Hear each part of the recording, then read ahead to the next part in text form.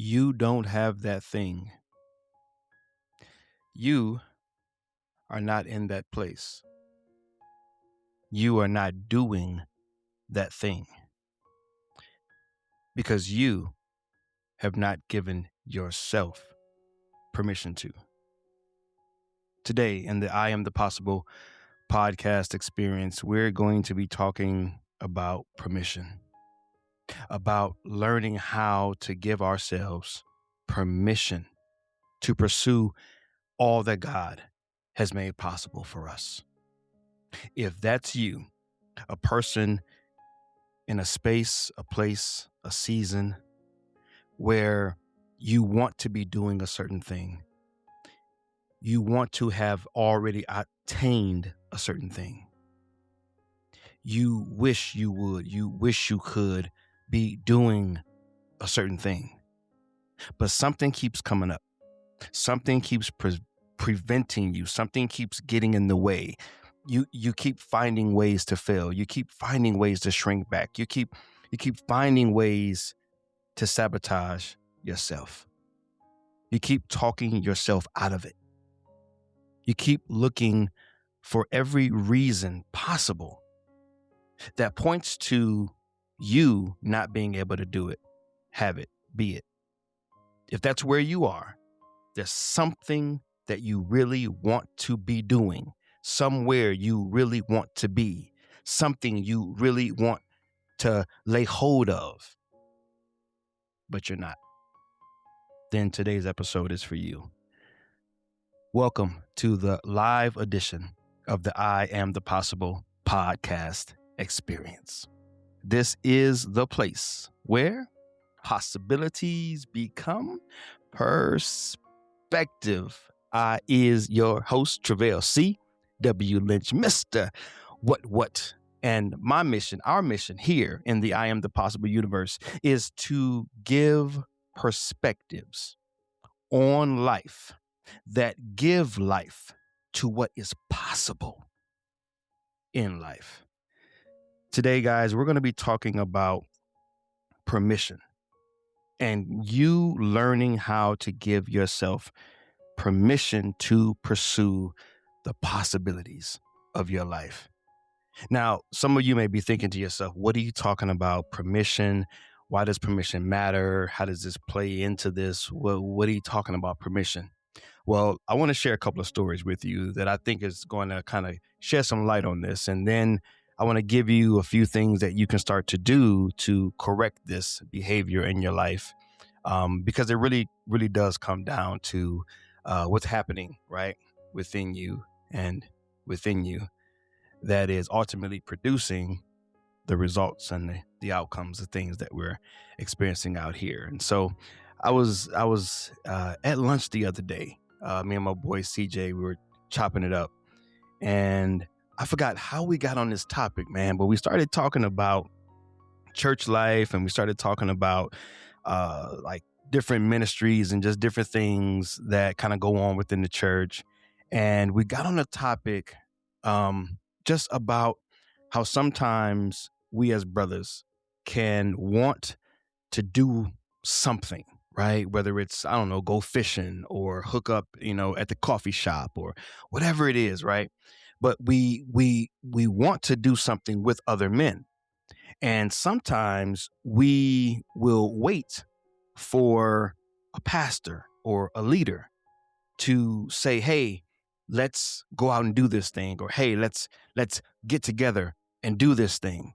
And it sparked a deeper conversation, right? Because we were just talking about, pouring into the men and just kind of getting men's ministry going and just kind of, what do we envision for, working with men and just kind of how to, best, reach men. But it sparked a deeper convo. And the conversation was, many times, because we live in such a permission-based culture, a permission-based society, that it starts to infiltrate every area of our lives without us really picking up on it, without us really knowing it, right? I mean, for example, and I'll get right back to the story. Like, for example, right, there's a lot going on right now, and I won't veer off into that topic, but there's a lot going on right now with travel, right? And I think to myself the many times that I've flown from here to wherever, um, for you to get through from your car to the moment that you're sitting on that airplane, there's all of these checkpoints.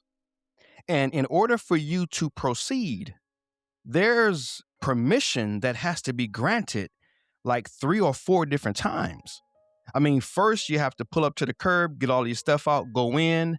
And before you can even get off that first floor, you got to go get your boarding pass. Everything has to line up. You got to check in your bags. Like there's a checkpoint where you have to be granted permission to proceed. And then you go to TSA and they got to check your passport and they got to check your ID and they got to check this and they got to look all through your bags and put you through the scanner and walk you through the metal detector. And that's a form of, hey, we're going to hold guard. We're going to stay at this gate or this door, this opening. And there's something on the other side that you want, but you're not going to proceed until we give you permission. Then you go through all of that, and then you get your bags, you get everything, you go through the airport, you get to wherever, your particular airplane is boarding. And then what happens, right? When they start to call you, you have to wait until they call you. And whatever order you're in, right? If you're in class A, class B, class C, see how they're dictating. And I'm just using this as an example. You can put this in so many different areas in life. I'm just using the airport as just one example, right? But we're sitting and we're waiting for them to call us. And then when they call us, they're like, okay, section A, line up. Okay, section B, line up. Okay, section C, line up. And then even then, you still got to do what? Hand them your boarding pass. They got to check it, scan it. And then finally, you're on the airplane. And you still got to wait for the pilot, for them to check all the wings and the fuel. And they got to load all the stuff underneath the car. I was going to say car. Load everything underneath the airplane. And then someone finally gives a thumbs up. Because they've checked the air, they made sure everything's clear, the other planes are out the way. But see how you, the passenger, has to keep waiting and then waiting and then waiting and then waiting and then waiting. And then you're finally given permission to proceed. This is how we've been trained since birth. Everything is permission-based. Someone with a title, someone with authority, someone with something that we don't have has to give us permission to move forward, to access something, to do something.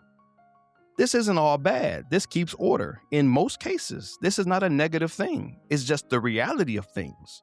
It's not a bad thing. It's just what it is. And I'm just calling it out to illustrate, going back to my story when I was sitting there with CJ and we were talking about men's ministry and we were talking about some of the things that some of the men have asked us to do or want to do, have expressed the desire to do, but they don't do it. And what it dawned on, or, what kind of dawned on me and what dawned on CJ was that we have been trained to such a degree about permission on every area or every level of life that even in some of these unconscious, subconscious areas of life that we could be just taking the initiative on, we could be just moving forward. What I was saying to CJ was just like, yo, if brother so-and-so wanted to go fishing with a group of brothers, he could literally just say with his text message, right? He could just grab his phone, send out a text message to a bunch of brothers and be like, yo, we're going to go fishing this Saturday, who down? And there's a fellowship right there. There's a moment of fellowship right there. Now, I won't name any names or anything like that, but I've had brothers come to me and say, hey, when are we going to do X, Y, and Z? Hey, when are we going to X, Y, and Z? And if there's any men from my church and from my ministry that are watching, these things are to come, okay? They are to come. And that's a whole other side topic.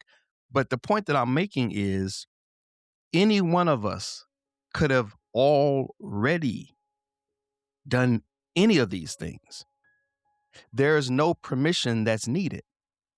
Because sometimes we think, well, if the pastor don't do it, if the deacon don't do it, if the person with the title don't do it, who am I to do it? See, these are not things that are happening on the surface. These are the subconscious, the levels below. These are things that are happening and creeping and that are coming up in our hearts and in our minds. Again, it's not a big deal. It's not a bad thing. But my point is, I'm using this story to illustrate how you could be not giving yourself permission to do something that you have all the permission in the world to do. Like, no one's holding you back. God's not stopping you. Your pastor and them ain't stopping you. Your mom and them ain't stopping you. Your homeboy and your homegirl ain't stopping you. Ain't nobody stopping you but you. And this is not to point the finger. This is not to make you feel bad. This is not to come at you. This is to reveal. Remember, the greatest form of self-development is self-discovery. Before we level up, we must level down. We must start to understand what is happening within us that is causing some of the things that are going on without us or on the outside of us that we don't like, that we don't want. So if I can get on here and just present to you that maybe it's a permission problem, maybe God's giving you all the permission in the world to pursue all the possibilities that he's given you, that's blessed, that is possible in your life, all these blessings that you could be experiencing, but you've been, like I've been, trained to think that we're waiting for someone to give us permission in order to pursue. And it's just not true. I'm not trying to rhyme, right? But it's just coming out that way, right? And here's the idea that I want to share with you. Like we, sometimes when we preach, it's like, if there's one idea, if you don't hear nothing else, the permission to pursue must come from you. I'm going to say that again for the people in the back. The permission to pursue must come from you. Even if God gave you permission and you knew God gave you permission, you still got to give yourself permission. It's a partnership. There's many things God has told you to do and you've not done it. Why? Because you have free moral agency over yourself. You have this thing called autonomy, this gift called choice. And we have to, if we want whatever that thing is that we want, if we want to be wherever that place is that we want to be, if we want to be doing whatever that thing is that we want to be doing, then we must come face to face with the facts that we are permission granters. We are, you are, I am. Just as I am the possible, you are the permission granter. And you can start right now, today, in the most minute, most small, most baby step style way to just start to give yourself permission. This morning I was on a walk and I don't know, I just kind of woke up kind of feeling a little off for whatever reason, right? I don't know the reason, but whatever the reason was, but I got on my little prayer walk and, I got with the Creator and I was just like, yo, man, I give myself permission to be all right today. Like, I don't know what's going on. And maybe there's some things that I need to address and work on and work through. But I was just like, yo, man, today is recording day. And today I'm going to try out this whole new live thing just to make sure everything's connected and everything's working right. I said, so I've got a commitment that on Tuesdays I release the new episode. Now, maybe there's a day and a time where I can skip a day because things are too rough or too hard, but today ain't one of them days. I was just kind of feeling off. So what did I do? I consciously spoke to myself, and I'm going to be getting into that in just a moment. But I spoke to myself and I say, yo, I give me permission to be all right. Sometimes we got to give ourselves permission to be all right. But that's what I wanted to share with you in terms of kind of how this all came about. It's like, yo, man, we are in such a trained position mentally, cognitively. We are in such a trained position because that's all it is. We've been trained to be where we are mentally. And we can train. That's the good news. If we can train ourselves to get to where we are, we can train ourselves to be somewhere else. And we can train ourselves to be in a position and a place mentally, cognitively, where we are permission givers of that which has been made possible for us. We don't have to continue to give ourselves permission to fail, permission to stop, permission to draw back, permission to shrink back, permission to tomorrow I'll do it, permission to put it off, permission to postpone, permission to do this whole thing where somehow, some way we're just always just falling short. You're giving yourself permission to fall short. I've done this. That's why I can speak to it. For years, I've given myself permission to fall short. For years, I've given myself permission to not do certain things, not say certain things, not go certain places, right? I've done that. I know this to be true, and maybe I'm speaking to you today. And so just like I'm becoming more and more aware and more conscious of this, you can become more and more aware and more conscious of this, okay? So one more story, man. One more story. I won't say any names. I won't even say if it's a man or a woman. I'll just say they, okay? And that's not a pronoun. I'm just saying they, as in I'm not going, because I've always made a commitment, right? If I'm going to share a story and I haven't been given permission, except for CJ. I mean, me and CJ, we do this podcasting thing. We cool like that. He won't mind me sharing our conversation from earlier. But other more sensitive matters is like, if someone didn't give me permission, then I'm not going to share their name. Okay. So I'm going to just say they. All right. But I thought it was appropriate for me to share this story, though, because I think it illustrates the other side of the coin, right? The law of polarity, right? There's always two sides to every coin, right? There's no one-sided piece of bread, right? If you got a slice of bread, I can promise you it's got two sides to it, right? That's the law of polarity summed up. So there's always another way to look at things, all right?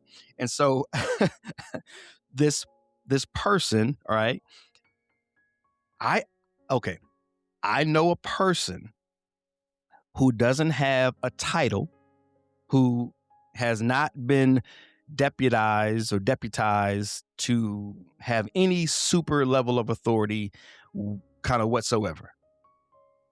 But this person will ask anyone to do anything at any time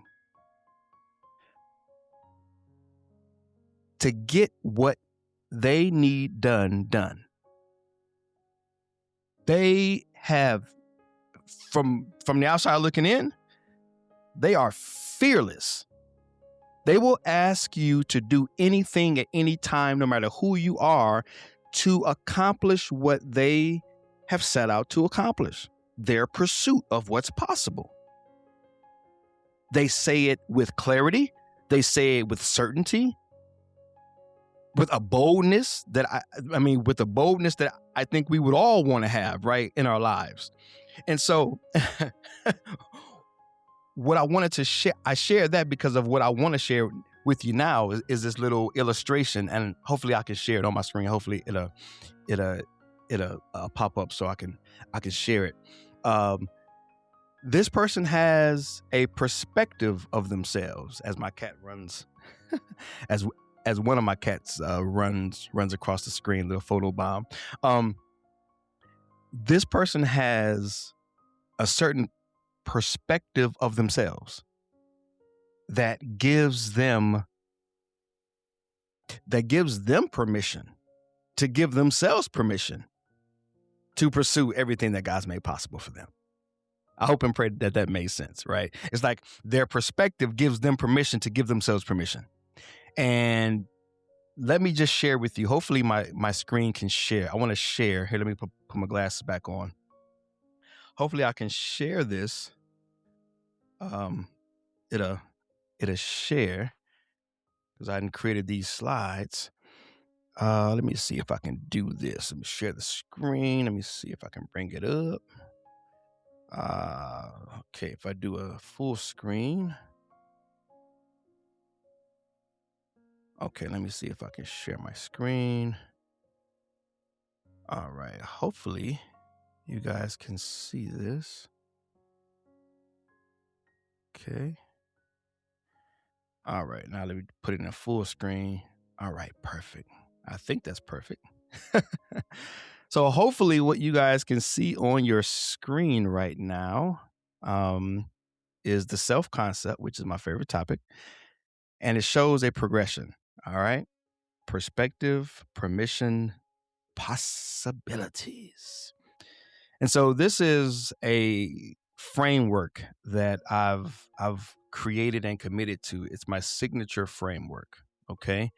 Some of you guys have been with me long enough to where you have heard me talk about the whole relate better, create better. All right. The better we can relate to ourselves, the better we can create for ourselves and those around us. Because life is relationship and relationship is communication. Okay. Life does not happen apart from a relationship, and a relationship does not succeed apart from communication. All right. And so it's important for us to know that the foundation of life is communication. Even in the beginning, let us create man in our likeness. Let us, right? And so we are even a product of communication. Let us create man. So the point is that you need communication in order to have relationship, in order to have relationship to then have the life of a thing. Okay, that's how life is created. And so the self concept, this goes into this overall framework of the better concept we have of ourselves, right? What we see in ourselves, the better conversations we can have with ourselves, right? What we say to ourselves. All right. And then that leads into the greater um and improved capacity, okay, that which we are able to really manage and maintain within ourselves. Because a lot of times it's just we have a capacity issue. We don't have the capacity for the newness of whatever it is that we want to do. We don't have the capacity. It's like a garage, right? I don't know if you have one of those garages where you just fill it up with stuff and then you just keep adding more stuff and keep adding more stuff and keep adding more stuff. And before long, it's like if someone says, "Hey, can you go out into the garage and grab that picture of the family, 20 years ago?" And you're like digging through this mountain of mess because so much stuff has piled up in that garage. Well, that's kind of how capacity works. It's like you just keep adding more things in there and it gets more junkier and cluttered. It's just all of this clutter, and then it's very difficult to quickly assess or I'm sorry, quickly access the things that we need and that we want. And so that's kind of sort of my illustration for kind of how it works within our hearts and within our minds, right? We don't have the capacity. We haven't expanded internally to where we can hold and we can properly manage and maintain all of the new things that we are adding to our plates. And so that's what leads to overwhelm and burnout and quiet quitting and all this other stuff that we get into. Anyway, that's a whole nother topic. But to stay on point, or at least to try to, right? I just share so much information. But this self concept, again, concept of self, right? Then we move into conversations with self, and then we move into capacity within self. Okay. And so this right here, this perspective, I was sharing a story about this person having a perspective of themselves. Well, the perspective that they have of themselves leads to or gives way to the permission that is necessary for them to pursue all of the possibilities that are within their lives.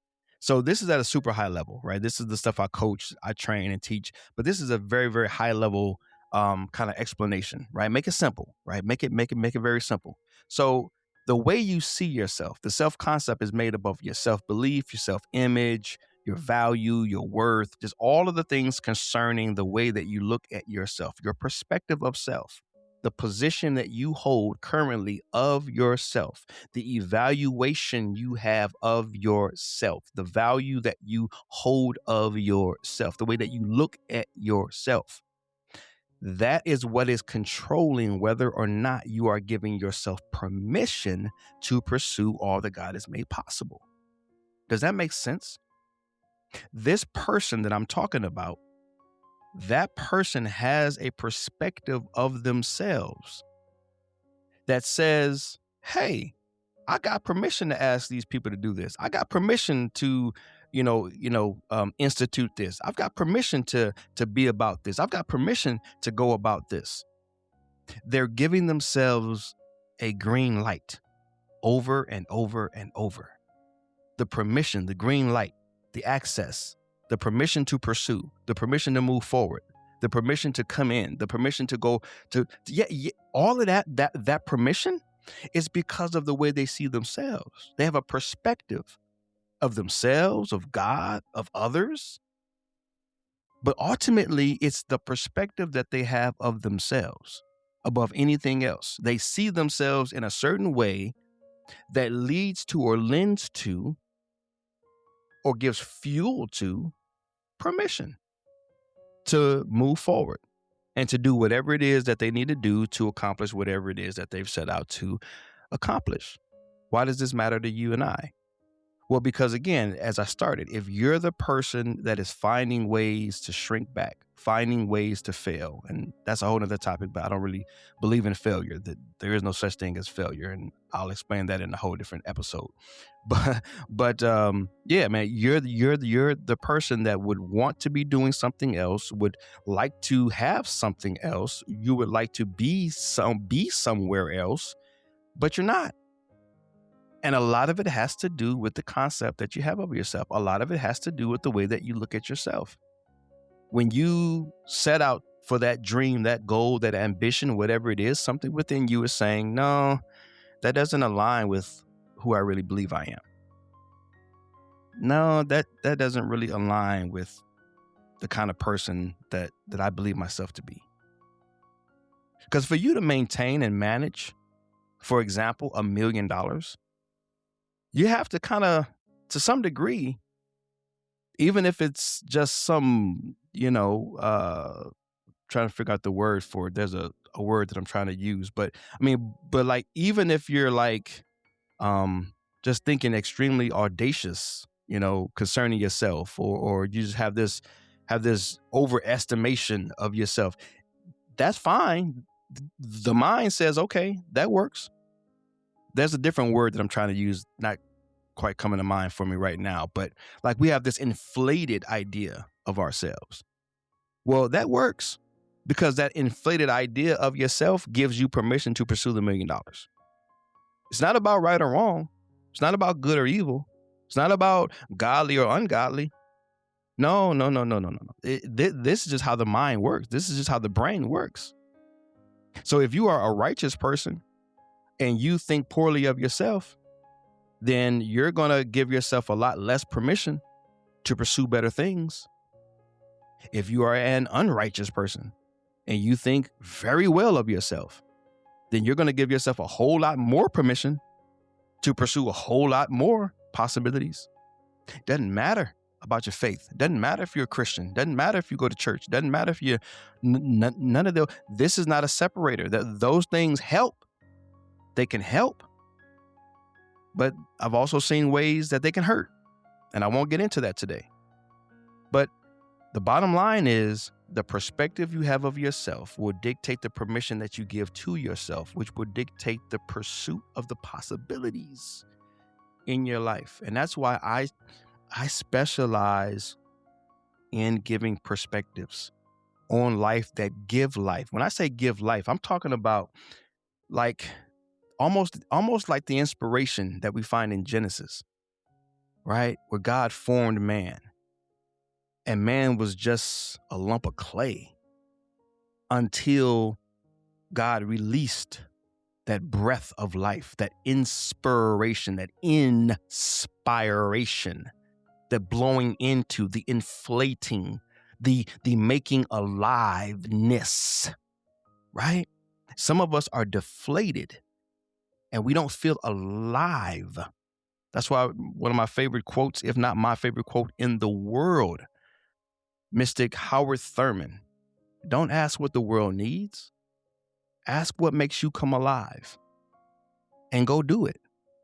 Because what the world needs is people who have come alive. And so I just hope and pray that through the work that I'm doing here with I Am the Possible, and with the emphasis on perspectives, the emphasis on the self-concept, that I'm helping somebody receive a breath of life, of what's possible in their lives. So I just hope and pray that this has met you where you are. I'm going to go ahead and stop sharing. Let's see. How do I stop sharing? I jumped on here and just said, okay, I'm going to share. Then how do I stop sharing? Okay, there we go. That's how I stop sharing. All right, getting used to this technology. Told you this is my first time going live with this new platform, so testing everything out. But let me go ahead and wrap it up, man. I already broke down my signature framework, calling it my C3P, right? Concept, conversations, capacity equals possibilities, baby. So I already broke that down. So because this is live, I've not drafted up a description or put any links down below. But as soon as I wrap it up, as soon as I'm done, I will go back and on the various platforms that I've gone live on, I will go ahead and put the description down below, put the links in there that you can start to learn and craft a concept for yourself. The links that I'm going to provide are going to be free resources that I have developed over the last 20 or so years, and I continue to develop more. I'm going to be creating a community soon here where I can just coach live and do a lot of interacting and do some Q&A and just really work with folks. But right now I've got some free resources that you can tap into, quick downloads, and you can begin to ask yourself certain questions, begin to assess yourself, because a lot of us, we've just never assessed ourselves. We don't appreciate ourselves because we've never assessed ourselves. That was the first thing that I did 25 years ago. That was one of the first things I ever did. That's what got me going. That's what got me to this point, was a self-assessment. The very first thing I ever did was a spiritual gifts test, a spiritual gifts assessment. And that opened up the floodgates. And I've never been the same since. So that was in 2001. So it's been 25 years of self-development and self-discovery for me, man. But it all started with an assessment. And once I began to see what I was and I began to understand what I was and what I had and how things worked within me, man, I've made so much progress in my life. My life is not perfect. I'm not Mr. Know-it-all, have it all, do it all, but I am Mr. Find a way to get back on it. I am Mr. Resilience. I am Mr. Find a way to overcome the obstacles. Yes, absolutely, in and through the grace of God. All credit, and glory be to God and the grace and the mercy of God. But like I said earlier, there's a partnership. God can bless you with grace, mercy, wisdom, insight, understanding, the whole nine, and you still not do nothing with it. It's a partnership. And I believe that my part in this partnership is to educate and help to elevate your estimation of yourself, understanding what's going on within you. All right. So yeah, man, the better we can relate, the better we can create for ourselves and most importantly, those around us. So after I'm done, drop the description, drop the links, click those links, get those downloads, and begin to craft a better concept of yourself so you can have a better conversation with yourself, so you can develop a greater capacity within yourself, and you can pursue all that is possible within you. All right. Love y'all, praying for y'all, believing in y'all. Until next time, this is Treveal C.W. Lynch, Mr. What? And this has been another episode of the I Am the Possible podcast experience. Oh, yes, the place where possibilities become perspective. Until next time, please continue to be the proof that it's possible in your life, because you got some people watching.